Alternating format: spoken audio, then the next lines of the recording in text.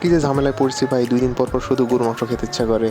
গরুর মাংস ছাড়া ভাবতেই পারি না, 2 দিন গেলেই মনে হয় যে কতদিন খাই না গরুর মাংস। আমারও ইচ্ছা করে, সাথে আমার রুমমেটেরও ইচ্ছে করে।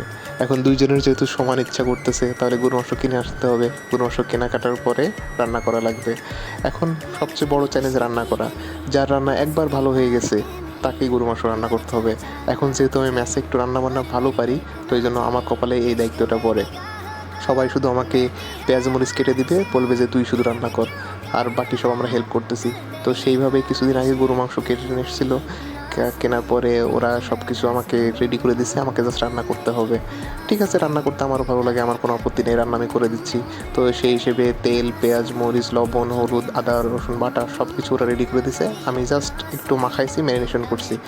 আর আমি মাখাইছি একটু চেপে চেপে মাখাই, কারণ যত চাপ দিব তত মনে হয় যে মশলাটা ভিতরে ঢুকবে।